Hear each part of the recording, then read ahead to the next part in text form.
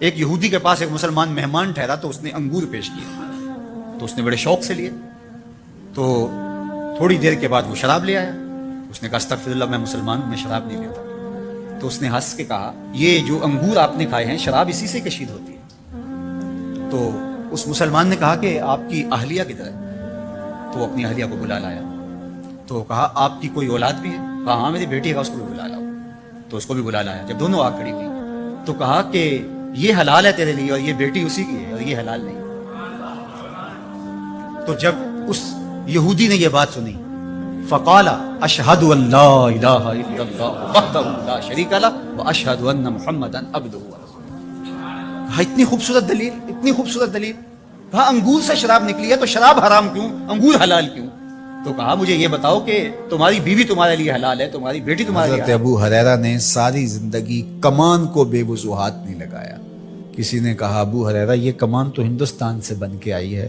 کہا کہ اس کمان کو بھی بے وضوحات نہیں لگاؤں گا، اس لیے کہ اس کی شکل اس کمان سے ملتی ہے جو میرے حضور کے ہاتھ میں رہی. میں اس کو بھی بے وضوحات نہیں لگاؤں گا. یہ تھی ان کی محبت. ایک صحابی حضور علیہ السلام کا ایک فرمان بیان کرتے ہیں اور کہتے ہیں حضور نے ایسے انگلیاں اٹھائیں اور بتایا اور ایک دم کہا یہ میں صرف تمہیں بتانے کے لیے کہہ رہا ہوں ورنہ میری انگلیاں حضور کی انگلیوں سے چھوٹی ہیں. اللہ اکبر. کہا یہ جو میں نے کہا نا حضور نے یوں انگلیاں اٹھائیں، یہ میں تمہیں بتانے کے لیے، مسئلہ سمجھانے کے لیے. میری انگلیاں حضور کی انگلیوں جیسی نہیں ہیں.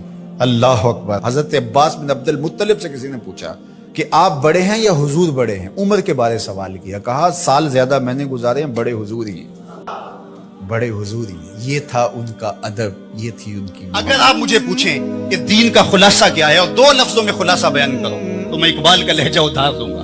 اقبال نے کہا تھا دین سراپا سوختن اندر طلب، انتہائش عشق آغازش ادب.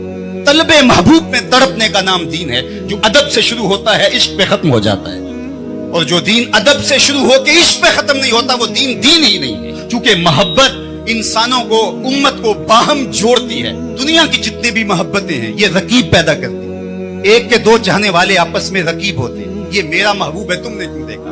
لڑائی کی نوبت آ پہنچی، قتل و غارت تک معاملہ پہنچا.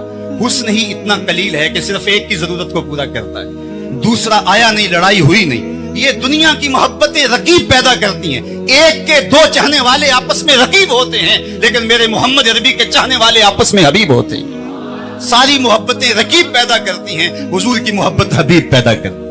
ہماری محبت کا سبب ذات رسالت ماں ہے. پوچھا گیا حضور ایمان کیا ہے؟ فرمایا جب نیکی تجھے خوش کر دے اور برائی تجھے پریشان کر دے تو سمجھ لے کہ تو ایک مومن حدیث ہے. میں آتا ہے کہ اللہ بندے کو اپنے سامنے سے ہٹنے نہیں دے گا جب تک اس سے 4 سوال نہیں کر لے گا. آپ دیکھیے، میں دیکھوں کیا ہم ان سوالوں کے جواب دینے کے لیے اپنے آپ کو تیار کر رہے ہیں. پہلی چیز اللہ پوچھے گا عمر کہاں گزاری. دوسرا سوال اللہ تعالیٰ علم کے بارے میں پوچھے گا، جو پڑھا تھا بتا عمل کہاں تک کیا. تیسری بات اللہ پوچھے گا مال کمایا کیسے اور مجھے بتا مال خرچ کہاں کیا. جوانی کے بارے میں پوچھا جائے گا، تیری جوانی کے خوبصورت دن کہاں گزرے.